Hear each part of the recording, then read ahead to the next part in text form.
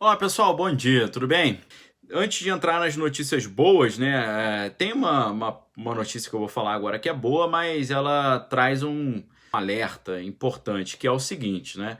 A gente está vendo aqui a reforma administrativa, né? Claro que a esquerda, a oposição fica muito contra, diz que não é bem assim, não é por aí, não pode tirar os direitos, mas a gente sabe também que o governo tá gastando muito ali com a questão da manutenção dos projetos sociais e tal. É difícil você imaginar a esquerda pregar contra projeto social, né? Eles agora ficaram numa situação inusitada, né? Porque o projeto social está aumentando a popularidade do governo, mas se eles falarem contra os projetos sociais, fica um negócio meio estranho, porque a base deles, em grande parte, é essa questão do social, né? E aí o seguinte, né? O dinheiro está escasso, né? Nunca sobrou muito, nunca sobrou demais, mas está mais escasso do que nunca. E o que foi um alerta importante foi que quando os integrantes da equipe econômica apresentaram o projeto da reforma administrativa, eles mostraram que, se não alterar o sistema atual, pode sim haver um cenário estranho em que vai faltar dinheiro para os servidores atuais. Eles chegaram a dizer que a ideia de não ter um pagamento ou de haver atraso nesses pagamentos é um cenário, uma hipótese que não está tão distante da realidade. Então, para que vocês vejam como é que o negócio é imperativo, para que vocês vejam como o negócio é urgente, é inevitável, né? É uma necessidade que está se colocando. Deus queira que nos conformes como está, essa reforma consiga dar conta de evitar esse problema, que seria uma coisa extremamente desagradável, né? Você vê os servidores com salários atrasados ou sem perspectiva de ter esse pagamento, né? Então, é um alerta importante para você que ainda não entendeu o tamanho desse problema. Agora, nós vamos às notícias positivas que permearam o nosso noticiário de ontem, que estão repercutindo nessa manhã de hoje também. Primeira notícia muito legal: o mercado imobiliário voltou a crescer, tendo uma alta de 21% no mês de julho, tá? Muito interessante essa informação. Essa alta surpreendeu o setor, eles não esperavam um aumento tão significativo, né? Uma recuperação tão incisiva. E o que é interessante é a gente ver nas pesquisas que as vendas de apartamentos novos e residências novas compuseram em grande parte esse aumento, tá? Para vocês terem uma noção, o número de apartamentos novos vendidos no mês de julho representou 45,5% de aumento em relação a junho e 21,1% de aumento se a gente compara com julho de 2019, ou seja, comparando com o mês anterior, 45% de aumento. Comparando com o mesmo mês do ano anterior, 21,1%. Esses dados são fruto de um levantamento do Sindicato da Habitação, Secov, de São Paulo, e essa é a primeira vez desde do mês 3 que o setor tem um crescimento considerável quando tem essa comparação anual, tá certo? E é importante lembrar que antes dessa crise sanitária chegar, esse setor estava em alta. Quando a gente olha o último ano, os últimos 12 meses, julho de 2020, de julho de 2019 até julho de 2020, teve um aumento de 19,3% nas vendas, tá? Então, o pessoal chegou a considerar esse aumento como surpreendente, né? Foi uma alta acima daquilo que eles haviam projetado. E a gente pensa, quais fatores será que levaram a essa alta, né? Primeiro, uma inflação baixa, né? E também os juros para financiamento simplesmente no menor patamar da história. Isso fez com que o poder de compra do consumidor ficasse majorado, ou seja, aumentasse. E o que é legal também é a gente perceber que esse aumento nas vendas, eles foram relativos a segmentos ali de valor mais baixo, que podem ser enquadrados ali dentro do projeto Minha Casa e Minha Vida, que agora é Casa Verde e Amarela, e também os projetos de médio e alto custo, tá? Então, desde os custos mais simples até os médios e elevados, houve aumento, tá certo? Então, muito interessante a gente ver isso, uma vez que nos meses passados, a alta estava sendo mais identificada naqueles imóveis de valor mais baixo, tá? E uma outra tendência interessante é que agora os consumidores estão procurando imóveis que tenham mais espaço, né? E tenham um número maior de quartos, de área, que seja possível também colocar ali um home office, né? Porque tem muita gente trabalhando em casa, né? Então essa mudança do comportamento aí está também influenciando nessa tendência. As construtoras estão muito otimistas ainda com esses próximos meses aí que estão chegando e dizem que estão vendo nisso uma oportunidade muito grande de poder dar conta da chamada demanda reprimida, né? A demanda reprimida é quando a galera tem o poder de compra, mas está segurando, esperando uma oportunidade melhor. E os especialistas dizem que uma oportunidade atualmente é uma oportunidade interessante porque o valor ainda não subiu. Um outro ponto positivo aí que foi visto é a questão do atendimento digital, né? Porque as pessoas podem fazer esse fechamento online, né? E não tem aquele constrangimento de ter que ficar apresentando um contra-cheque lá para o corretor, né? E você passar a vergonha de conversar a beça com o corretor e lá na frente ter a sua proposta de financiamento negada. Então, isso parece que, segundo os especialistas, tem facilitado também. Outro fato, né, outra notícia que representa aí uma vitória para a população brasileira é que o Senado aprovou o projeto que aumenta o limite de pontos da carteira de habilitação. Tá? A proposta foi do governo federal ampliando de 20 para 40 pontos para a perda da carteira, além do prazo de validade que aumenta de 5 para 10 anos. Tá?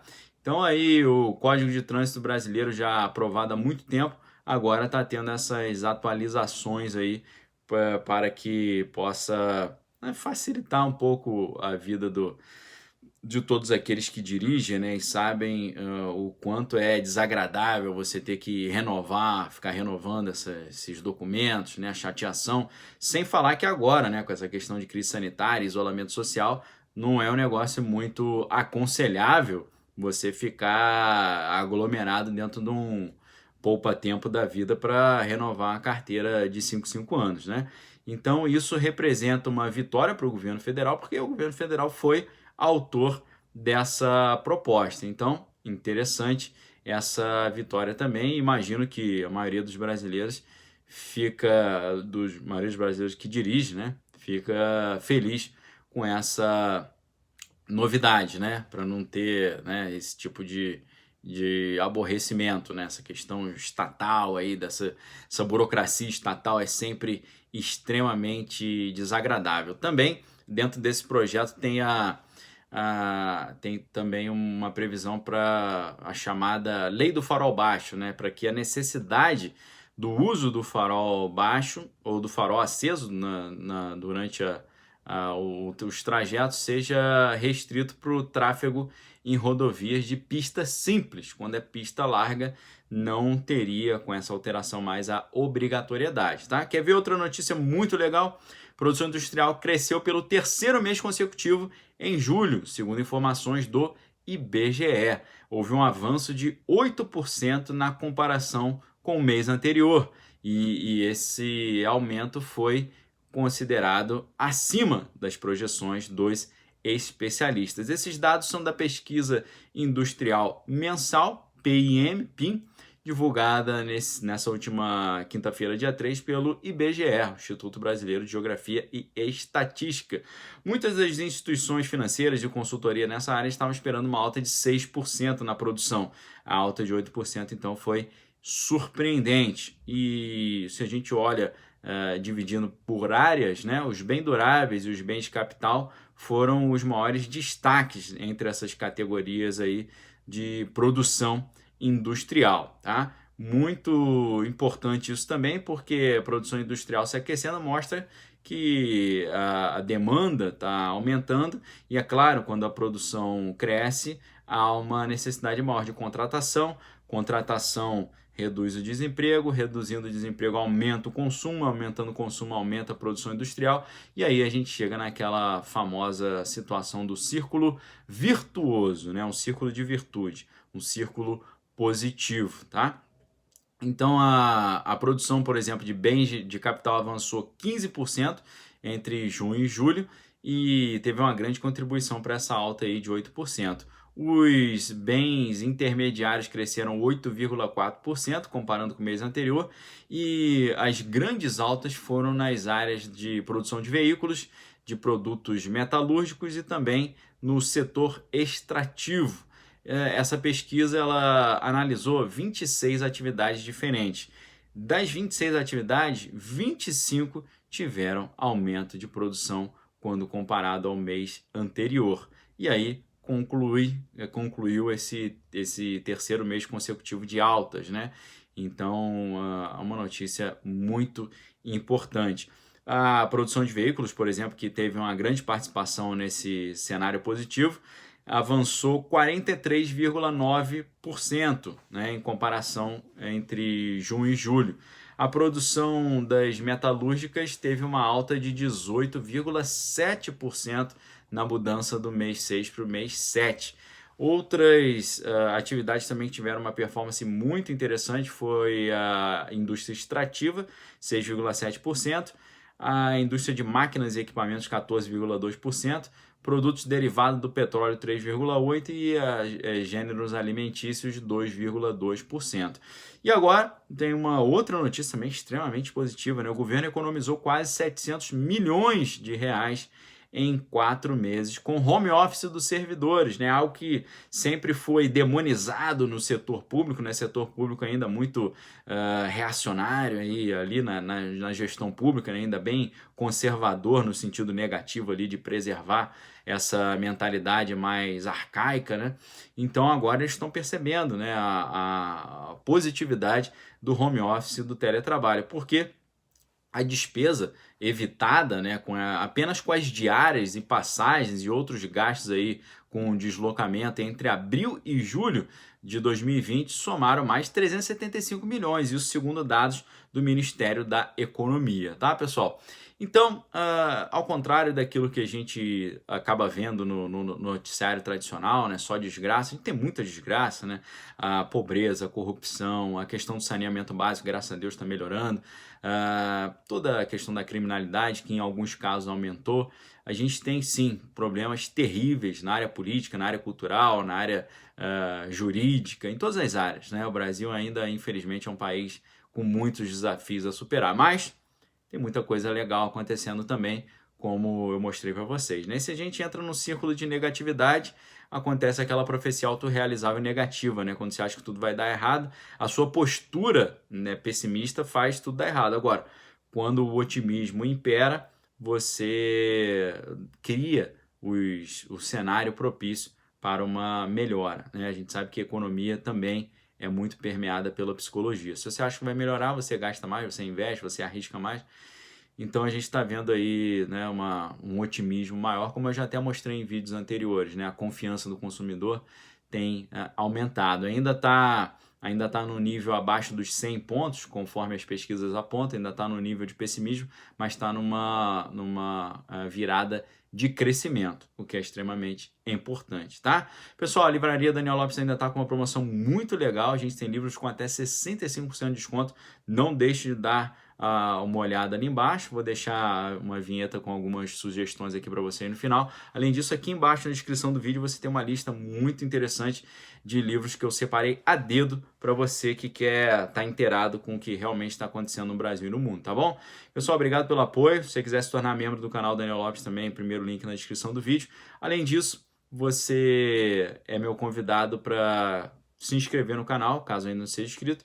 E se você gostou, não esqueça de dar o seu like, porque ajuda muito o canal a ter a sua repercussão. E também deixe seu comentário aí, que também é importante para para nossa interação aqui, tá bom, pessoal? Uma excelente sexta-feira para vocês, um fim de semana abençoado. Deus abençoe todos vocês. Que Deus nos livre do desemprego, da falência, da enfermidade. E eu peço a Deus que abençoe todos nós, todos vocês aí com um fim de semana abençoado e uma próxima semana também de vitórias e conquistas aí. Em nome de Jesus, tá bom? Um abraço a todos. Examine todas as coisas. Retenha que é bom. Valeu!